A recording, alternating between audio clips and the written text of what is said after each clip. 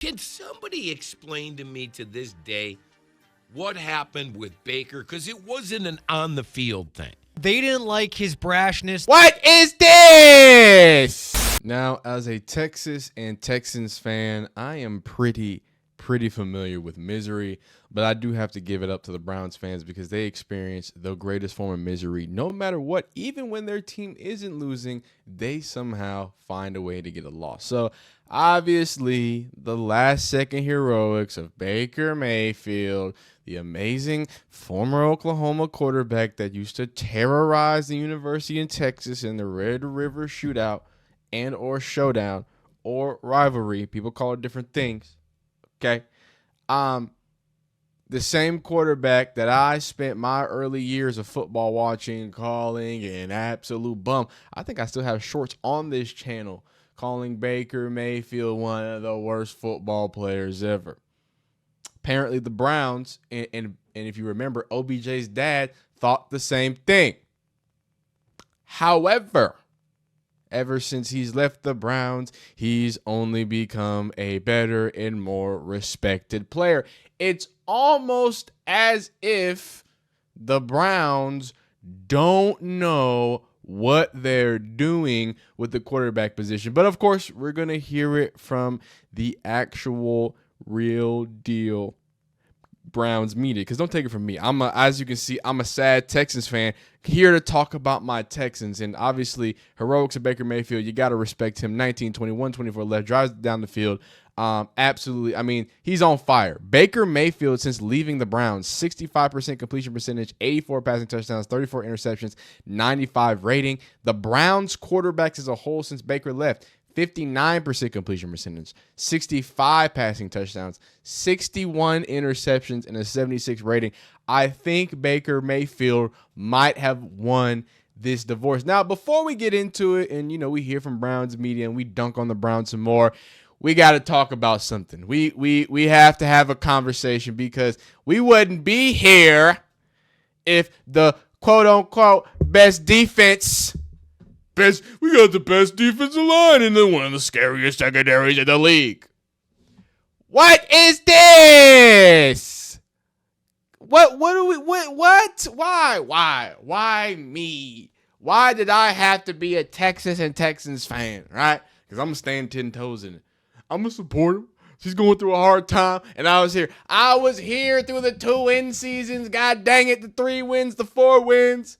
I was also here when we was going crazy. You know what I'm saying? Matty Shop. Shout out Matty Shop. You know what that boy do. Anyway, J.J. Watt. Andre the Giant. Take me back. I know what misery and pain is, but it was different this year because we was supposed to beat them boys. Last season, hey, it was a little shaky. Offensive line wasn't great. We limped into the playoffs, but hey, D'Amico Ryans won the first ever rookie first 2-year head coach to open up and go to the playoffs and win playoff games in the first 2 seasons. La-di-da. Hey, great. 10-win season. Everybody's having a great time. What is this? It's different when we go for the 2-point conversion and nobody blocks, and we'll get to that. But that's par for the course. No, we decided not to get any offensive linemen. We decided to let Laramie Tunsil and his gas mask walk to another team. Right? That was us. We did that. Okay? But at our saving grace defense, it was a unanimous thing. One of the better units in the entire league. So how does Baker Mayfield convert on a 3rd and 10 earlier in the game, big 3rd and 10 completion using his legs and scrambling? Okay, you fool me once, shame on you. But if you fool me, you can't get fooled again. Like, what? 4th and 10 on their own -7. It was like they're on like the 30. 4th and 10. This game is wrapped up. Hey, good thing. Hey, we didn't make the play, so it doesn't matter. Defense comes in big. Absolutely does what they're supposed to. Why are we sending a safety blitz, Petrie? Why is Petrie blitz? Why? We don't have enough. We have enough to send a safety blitz. Can somebody just sit on the sticks, please? It's 4th and 10. It's 4th and 10, and you're gonna let Baker Mayfield style on you. Get up, he hit the little first down. He gonna do the hey, like he gonna do it all. He gonna be jumping up and down. He gonna be hitting the nay.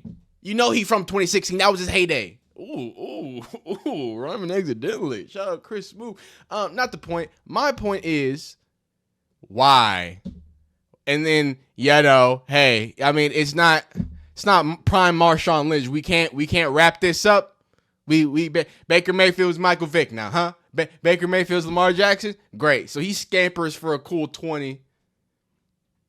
Gets up, styles on people. So here are my notes for the Texans. First, CJ. That's it. And number 2, are we trying to? Are we gonna block?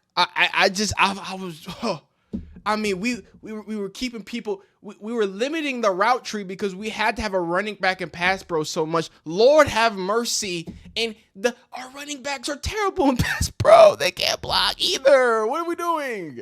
Hey, Dalton Schultz, you're on chip duty for the rest of the season. I don't give a fuck. And then Dog, he converted that on 3rd and 10. Why a cat blitz? I think it was actually a safety blitz. Regardless, you didn't come here to hear about how miserable the Texans are. You came here to see how miserable the Browns are. So here it is, Big Riz, speaking on the eve of the heroics of Baker Mayfield, destroying my team. Are they still upset that the Browns got rid of Baker Mayfield? I want to give this version of the Browns a chance. But, Chris, you had your quarterback.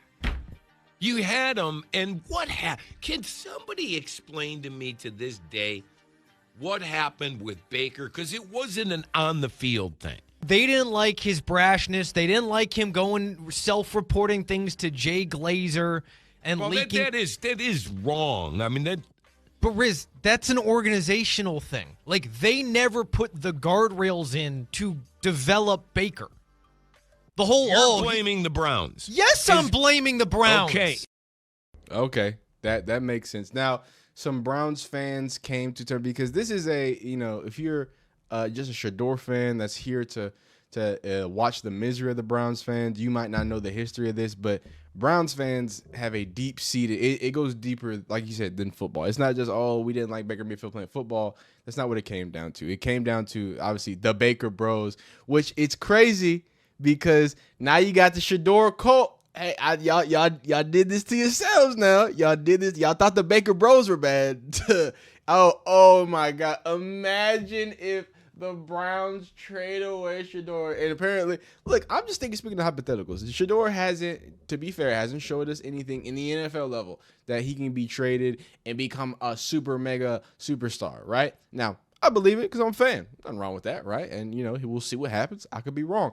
But if he goes and becomes, oh my God, you're gonna have this in Baker. But the parallels are funny. But the Browns fans, we let them tell it. It's a little more complicated than that, right? The Baker Mayfield himself admitted fault in the Browns situation, but Baker Bros like Mike have never admitted fault in anything in their lives, so they can't relate and instead choose to perpetually play the victim and demand apologies from people online.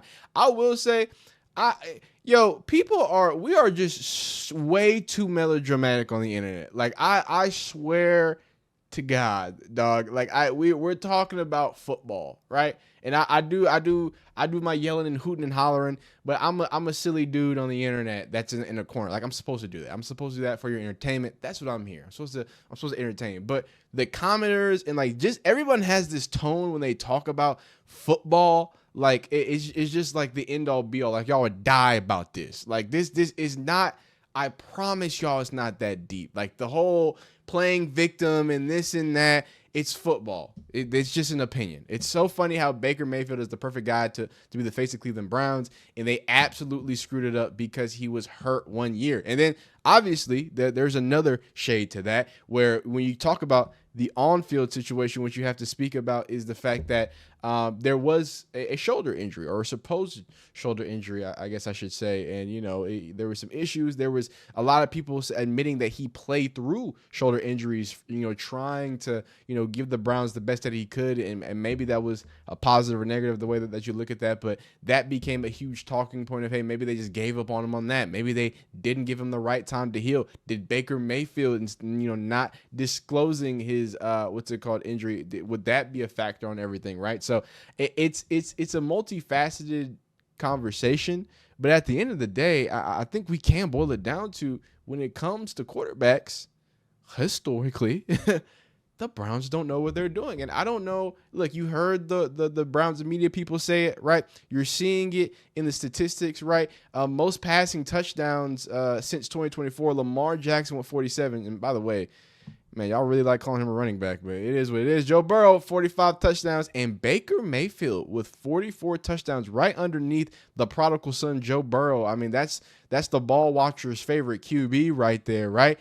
Baker Mayfield has the most passing touchdowns in the entire NFL since joining the Bucs. Baker Mayfield has the most passing touchdowns in the fourth quarter since joining the Bucs. Baker Mayfield has 12 fourth quarter comebacks in his career.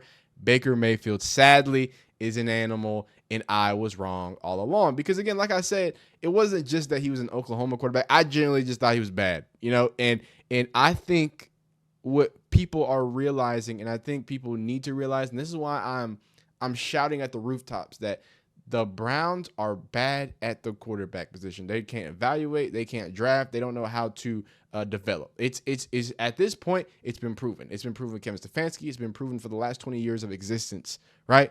We can all. That's not a hot take. That's not a, oh my God, you hate the Browns. No, I'm viewing it, and we've never seen good quarterback play from a Browns uniform. And if you look me in my eyes and tell me that drafting Johnny fucking Manziel made any sense to any person who's been watching NFL and college football, and that's some of y'all problem. Some of y'all only watch college football, and some of y'all only watch the NFL. So y'all thought drafting Johnny Manziel made any sense. And I thought drafting Baker Mayfield made no sense either, but obviously he's proving me wrong. But what? And then on top of that, you draft Johnny Manziel, and then you don't know what you have in Johnny Manziel. You try to force him to read defenses. He can't read. Johnny Manziel doesn't read. But you would know that if you watched college football and y'all did y'all's proper evaluation. You probably would have known that and prepared for that. But no, they refused to. So again, what faith do I have? Remember just 2 weeks ago, y'all remember? I told y'all, I need y'all to keep that same energy. Please don't turn face now.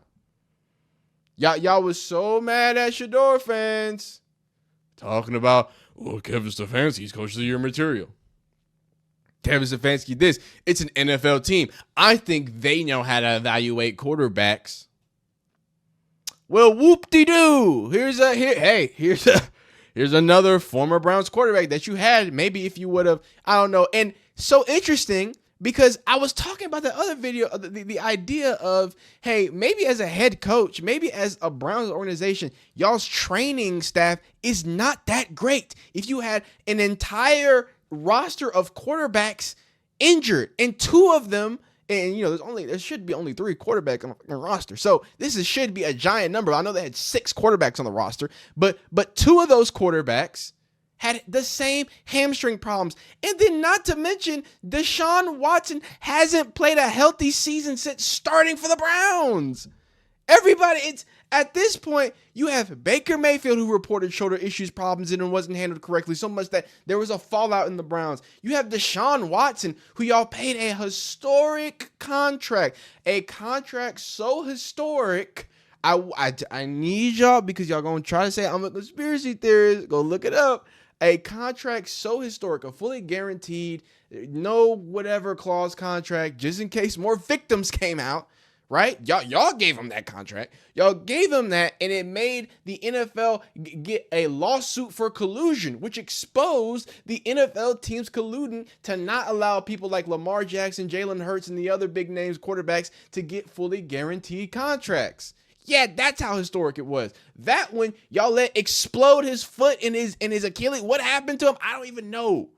Y'all had that happen on multiple back-to-back seasons. Don't tell me with that, then this offseason, you get a magnifying glass and we see that 2 of your quarterbacks have hamstring problems and another quarterback is missing time. At what point do we look at the Browns organization and say, look at their history? Look, football's a violent sport. There's injuries in football. I'm never going to blame, you can't really blame people on injuries, right? I can blame the recovery on the people and the trainers and the training staff that's supposed to be instructed by either the head coach, GM, to ensure that your players are aptly recovered, aptly prepared, aptly stretched in all those types of situations. I'm not making things up. I'm just going based off what I'm seeing. I'm going based off the history. Shoulder issues not handled right. Deshaun Watson has major issues. And he did have injury history. That is true. He missed his first season. Well, half of his first season, right?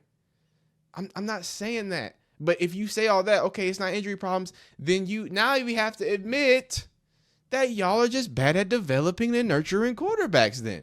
It's one or the other. Or it could be both. It could be both. But I'm tired of y'all trying to hide behind Coach of the Year awards, right? I'm tired of y'all hiding behind 10-win seasons. Y'all shunned the man. Y'all shunned the man, the first player to have y'all a playoff victory since Jesus was born. I'm not sure if that's correct. I don't think that's right. But for a very long time, I mean, this century, this millennium, I think, the first quarterback to win y'all a playoff game, get y'all to the playoffs. Get him at. Hit the road, dude. Crazy. Now y'all been paying Deshaun Watson for 3-4 years? Y'all ain't got nothing from that. God, y'all stop. Don't ever look at me and say, "Oh, well, the Browns are what they're doing." They historically, amazingly have proven they don't know what's going on. They have no idea. You pay a fully guaranteed contract to somebody with 8,000 cases, ACL history, injury, and then his foot explodes, his Achilles explodes, and everybody's looking around like, well, he might be healthy enough for week 6 when the Browns are 1-5? This is, man, I feel bad for Browns fans. Now, talking about other football and terrible quarterback play, Geno. Oh my God. Mina Kimes is extremely happy because, the most aesthetically pleasing quarterback in the world, Justin Herbert. I am a Justin Herbert guy. I just don't like the way that y'all protect Justin Herbert and get mad at Jalen Hurts. Dog, the quarterback position is predicated on wins, I thought. I thought it was predicated on getting the job done. Well, Jalen Hurts didn't have this many passing yards. Justin Herbert's a real quarterback. Can Justin Herbert win a playoff game? Jesus. All right. So when Justin, James Harden, Herbert gets it together, maybe we'll have a day. But hey, 2 touchdowns. The dude he's a beast. He's a dog. He's got a big arm. Look at the distribution. Oh wait, I'm looking at the wrong distribution. Look at the distribution. 3 here to Quentin Johnson. 5 for Keenan Allen, 5 for Ladd McConkney. Ladd McConkney was getting lit up with targets. Najee even got in the game as well. 71, 61, 48, 34, and 20 respectively. And rushing, you got 81 yards there. Justin Herbert is your leading rusher, though, because, again, that boy gets real greasy. I really like Justin Herbert, and sometimes people underestimate, because they love his deep ball. Sometimes they underestimate that the kid's an athlete, and he can really get loose with it. Now, Geno Smith, 24 for 43. He threw the ball 43 times and had 180 yards and averaged 4.2. Man, Geno. I'm a big Geno guy. But it's looking like they might be needing a new quarterback soon. I don't know, 3 interceptions. He was out there. He was out there trying to be DJ Lagway, man, making DJ Lagway feel good. Hey, if professional quarterbacks getting paid millions of dollars can pull a Nathan Peterman, maybe I'm good. Maybe I'm all right. 37. His QBR was 19. Lord have mercy. Las Vegas rushing. Ashton Genty, they're going to say a 3.9 average is bad. I mean, I think that the Raiders might need to get hit. And this is what I'll say. It's not always on the running back or just on the offensive line to produce running, right? It's also about, hey, what schematically are you doing to allow Ashton Genty to be good, right? And I wasn't watching in depth on this one, so I think they were running a lot of gap as well as a little bit of zone here and there. So as an offensive coordinator, you're gonna have to decide, hey, this is our identity. This is what's gonna make us best for what we have, whether it's zones, whether it's gap stuff, whether it's, hey, I need a fullback on every play when we're running. But there needs to be a decision because this isn't terrible, but there needs to be a true identity of like, hey, we spent a 6th-round pick on this. He better get like 22 carries. Like, I don't know why Geno Smith is throwing the ball 43 times. Maybe because he threw 3 interceptions. The Chargers had 7 players with multiple passes defended against the Raiders. That's tied for the most in a game since the stat was first tracked in 1999. Some more cool stats here. The Chargers defense against the Raiders, 15 passes defended, 6 tackles for a loss, 3 takeaways. No team has ever hit all these marks in a game since both pass defended and tackles for loss were tracked in 1999. Historically terrible. The Raiders averaged 3.4 yards per play against the Chargers tonight. That's the 4th lowest of any offense in a game this season. Tough. So at least the Texans aren't this embarrassing. We're just heartbreaking. And again, the Browns somehow find a way to lose. But like this video if you like it, dislike if you don't. Subscribe if you like football content of all shapes and sizes. Have you enjoyed the different games? What kind of games? What teams do you want me to cover? I know y'all get tired of just seeing Shador videos. I know y'all don't. But if there's anything else y'all want to see, let me know. I appreciate y'all supporting. Like if you like it, dislike if you don't. See you next time. Peace.